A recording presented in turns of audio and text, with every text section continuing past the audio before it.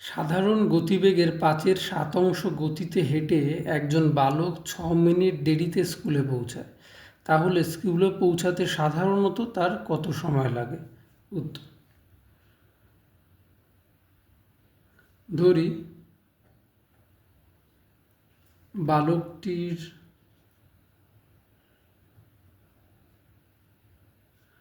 সাধারণ গতিবেগ = v kilometre প্রতি ঘন্টা ও তখন স্কুলে পৌঁছাতে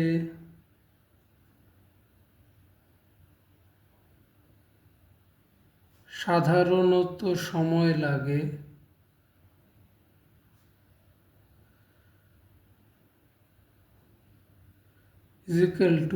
t ঘন্টা। তাহলে এখান থেকে আমরা স্কুলের দূরত্ব পেয়ে যাব। কি হবে? সুতরাং স্কুলের দূরত্ব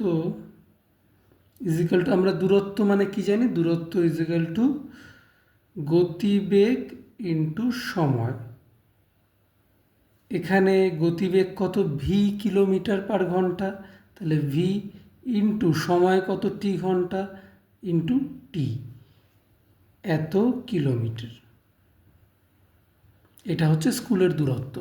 আবার এখানে বলেছে যে সাধারণ গতিবেগের 5/7 গতিতে হাঁটলে আবার স্কুলে পৌঁছাতে 6 মিনিট দেরি হয়। তাহলে তখন কত গতিতে হাঁটে দেখে নিই। আবার বালকটির নতুন গতিবেগ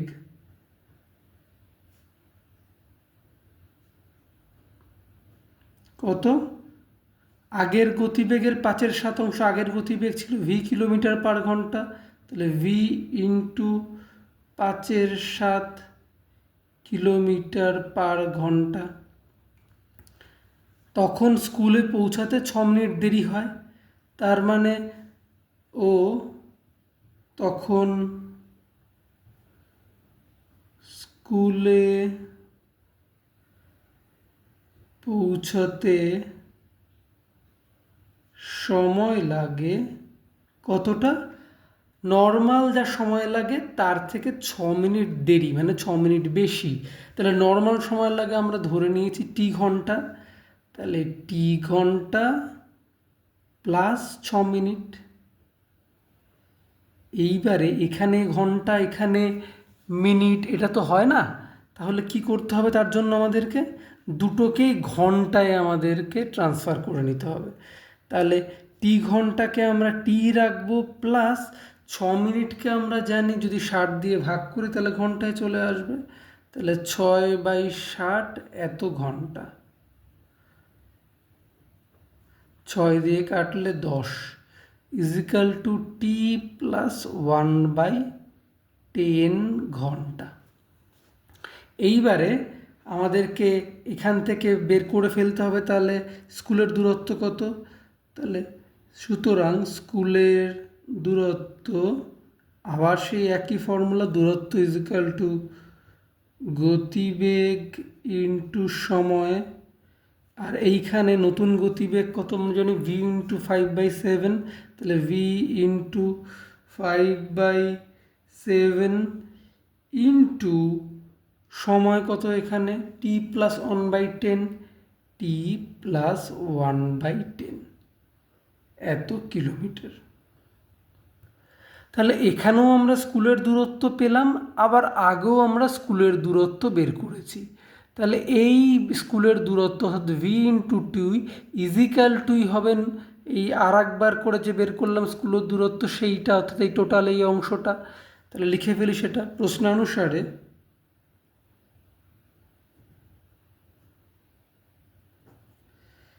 v into t = v into 5/7 into t plus 1/10।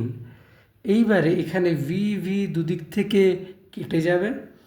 তারপর দাঁড়াবে কি, তারপরে দাঁড়াবে হচ্ছে 7, এদিকে আসলে তাহলে 70 ইজিক্যাল টু 5t প্লাস 5/10।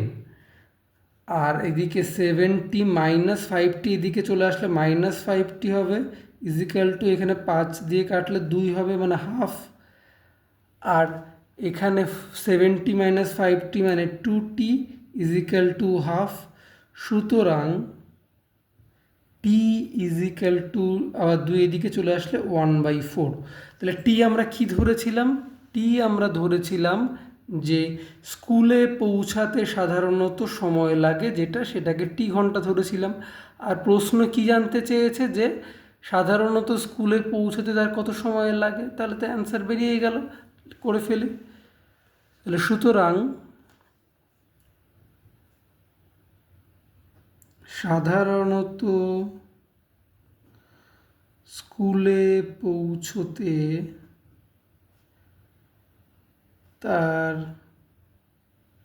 সময় লাগে 1/4 ঘন্টা, বা ঘন্টা থেকে আমরা মিনিটে করতে গেলে 60 দিয়ে গুণ করতে হবে, 60/4 মিনিট, 4 দিয়ে কাটলে 15 বা 15 মিনিট অ্যান্সার।